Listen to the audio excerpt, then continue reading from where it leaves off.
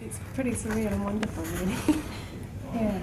Were you aware of the source material beforehand? Had you read any of the Shannara Chronicles beforehand? I must confess, I didn't know Terry's books before I had to audition for it. But as soon as I got the audition, I went and did all my research and looked into his work and thought it was wonderful and fantastic. And I read the books, and I also got the audio books, so I was sort of drowning myself with the ears and like reading it as much as I could and completely immersed myself in his world, which is, yeah, well, it's incredible, as I'm sure you all know. Yeah. Coming up in the next season, do you think you're going to end up doing some flashbacks possibly to the earlier events in Sword of Shannara, that kind of thing? That's clever. Because it was a brave choice to start the second book, I thought. So. Yeah, well, I can't say much about the second season. In fact, I can't say anything at all. So okay. I'm sorry to stamp that one down now, but I'm not allowed to say. What was it like working on Downton Abbey? Ah, again, amazing. They're really good. They're really nice people. I used to work on it. Oh, did people, you? Yeah. Yeah, they are the loveliest people, and they automatically just made me feel so welcome and so at home, which is nice when you go onto a programme like Downton Abbey, because it's obviously quite daunting going on. Such a big programme. Because it's got such a huge following. But they were so lovely, and yeah, everyone was so nice, and just automatically made me feel at home, which was lovely. So when you found out that you had an audition for the Shannara Chronicles, did you already know that this was a show that was going to be on MTV? I did, yes. When I got the breakthrough, when you join an agency, your agent gets you auditions and you get the breakdowns for each job. So I knew it was going to be MTV. I knew that they were Terry Brooks's books. I knew that it was going to film in New Zealand. I don't think I knew that any other actors were attached at that point. So I knew bits. I knew little bits. Was it surprising at all in the beginning that MTV would do this kind of fantasy show? It was actually. It was one of these things that you did notice when you were reading the email, because it was a sort of odd pairing. But I think what makes this show so special is the fact that it is a slightly unique, like unobvious choice. I mean, you'd never think to go to MTV to create a fantasy fiction series, but they've done a remarkable job, and they've put so much time and so much money and so much attention on this job, on this series, and I think it really pays off, because you can see, I mean, visually it's stunning, it's film-like, and everyone says that when they watch it, is that it resembles sort of Lord of the Rings and The Hobbit, and it takes after that more so than your normal TV series that have a slightly lower budget and don't pay so much attention to the CGI and the special effects. So it does seem a much larger scale and a much higher budget for the sort of TV series that it is. And you obviously connected with the world, but I'm curious, what was it about the character that you found especially interesting? Well, I just fell in love with her, really. As soon as I started reading it, I mean, every time you read a script, every time you read a script, you naturally want to identify with the character, because ultimately you want to see yourself playing that character. But as soon as I started reading it, more so than lots of other scripts that I'd read, I felt so connected to her and her journey and her desire to find strength and her vulnerabilities. And she's this wonderfully well-rounded character, because she's trying so hard to be strong, and she's got all these insecurities and all these doubts, as we all do, because she's not human. I was going to say she's human, but she's not, she's an elf. But that's what made her so personable to me, is that I could really see myself in her, and hopefully lots of young girls can see themselves in her. And I think that's what's so lovely about her journey, is that she starts off as this very sheltered, very precious, very mollycoddled little girl in this palace, and then she goes on this journey and she becomes this strong, powerful warrior and has to save the world, which is a huge task, especially on such young shoulders. So for her to take on that challenge and succeed in that, I think is absolutely remarkable. And if I can get the message across to young girls that they can, you know, if they can be inspired by her story and know that, you know, they shouldn't feel that they are inferior in any way, regardless of, you know, if they feel inferior because of their sex or because of their gender or because of their, well, it's the same thing, but if they feel inferior for any reason, they shouldn't, and they should try to try to not feel like that and try and push forward anyway, because everyone has insecurities and everyone feels as though they have barriers that they need to overcome, and we can just all do our best to try and break through those, I think. His character is really great for female empowerment. It is. And challenging what the role in which she's assumed to take. Do you think it's great that she persevered and did the competition anyway, even though it was deemed not to be for her? Yeah, of course, hell yeah. I think, well, that was the first bit that grabbed me in the script. I mean, the opening section, she's running the gauntlet, which is this competition that's exclusively for the males in the community and in the society. So it's a massive moment for her just to be taking part, let alone the fact that she then goes on to win and become one of the chosen few who get to look after the Elquis. So it's a huge moment for her.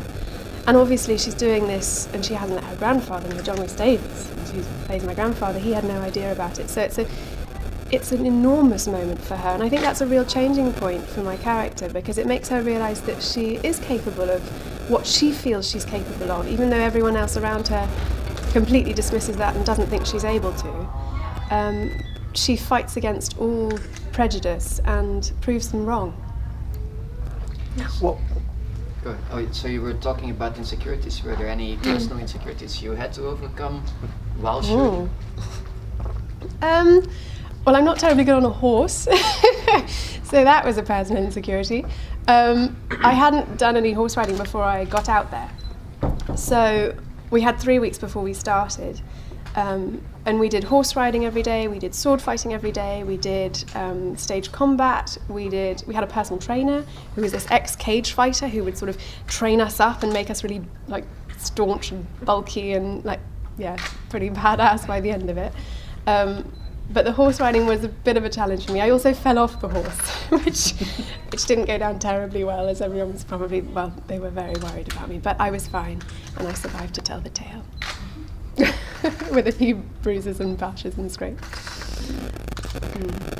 I think obviously elves are kind of they're texting us. They've got technology. Obviously elves are a very staple part of the fantasy genre, but I'm curious what you think makes the elves of Shannara Chronicles particularly unique. What makes them stand out? Well, our series is set in the future, for one, so they're not your old, ancient, elven creatures as such. I mean, this is post-apocalyptic, so this is set thousands of years in the future. So I think there's elements of our human world that we know and live in today in their world, which is quite interesting, because there are certain bits that you notice that you go, oh, I recognise that. Like there's an iPad, for example, in one of the scenes, and you go, oh, as a viewer. Well, I imagine you go, oh, because that's how I would react if I was viewing it. But there are little things like that that I think set it apart from your everyday, not your everyday, I shouldn't say that, but your other things that, you know, incorporate elves.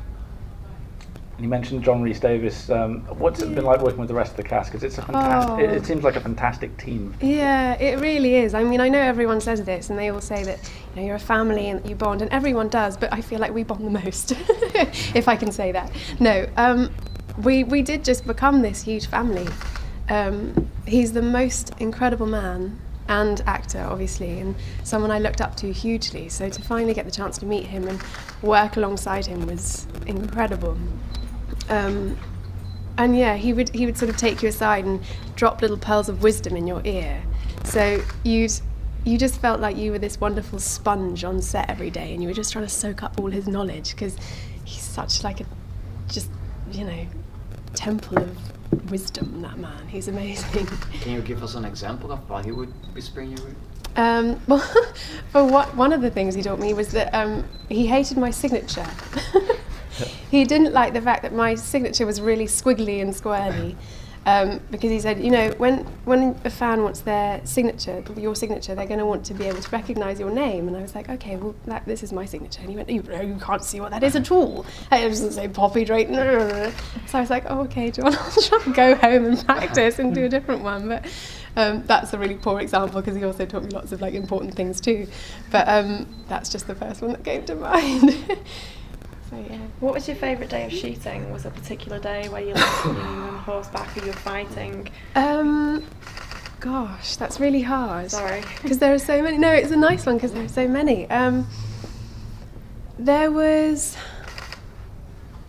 a scene in the very first episode where I'm in a waterfall, and I'm sort of washing myself, and it's all very quiet, and there's no one else there.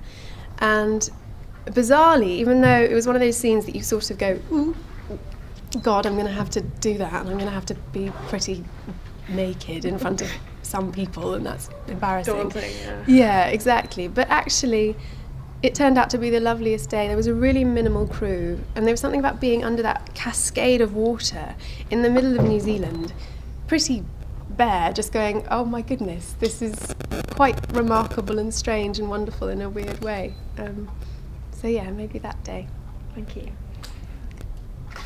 I know you can't talk in any way about details for the second season, but I'm curious, just how do you feel about the fact that you are going to have the opportunity to keep this story going? I, again, can't say too much about that, I think, without getting into trouble. And I don't want to get into trouble, so I'm going to be quiet. But yeah, hopefully, who knows? Well, having read the novels now, or some of the novels, how close do you think the TV series is to the novels? I think it's a really interesting one I happen because... to know what happens to your character. Yeah. Well, I think it's really interesting because...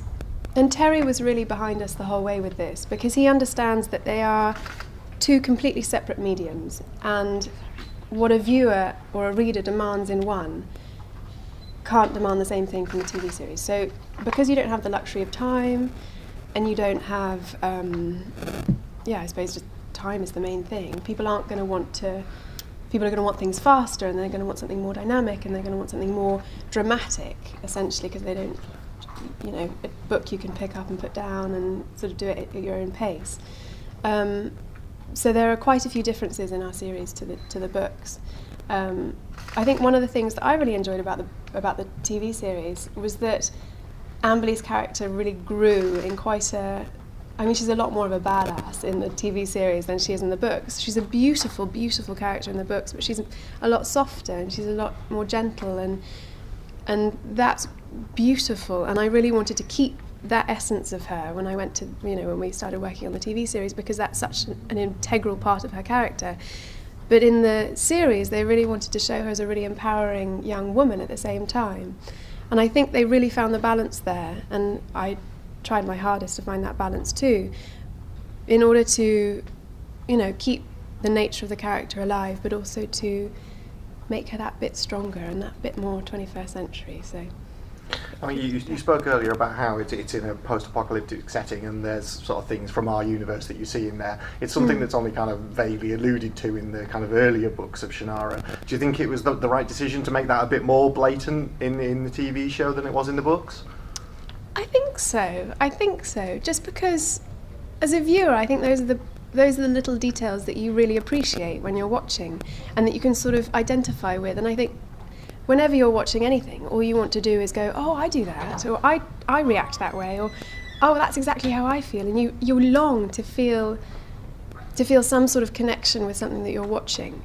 So yeah, I think it does help, and I think the more of that, the better, really. Obviously, you've been interacting with fans here at the Comic-Con. I'm curious, when you do get to meet fans, what are the questions they have? What are the things they always seem to want to ask? They're all very interested in my little elven ear tips.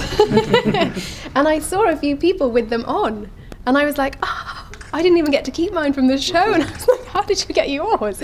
So yeah, they're very interested in the ears, very interested in how long it takes for the ears to get put on, and what they're made out of and all that sort of thing, and also what New Zealand's like.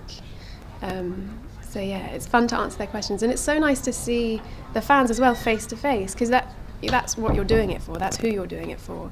So to really see their excitement on their faces, and to see their wonder and their desire to learn more about your show is just such a precious, precious thing, and something I'm extremely grateful for.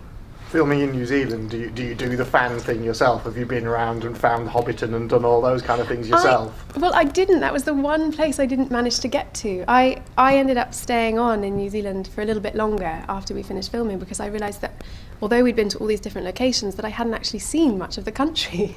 So it got to the end of filming and I was like, I can't leave.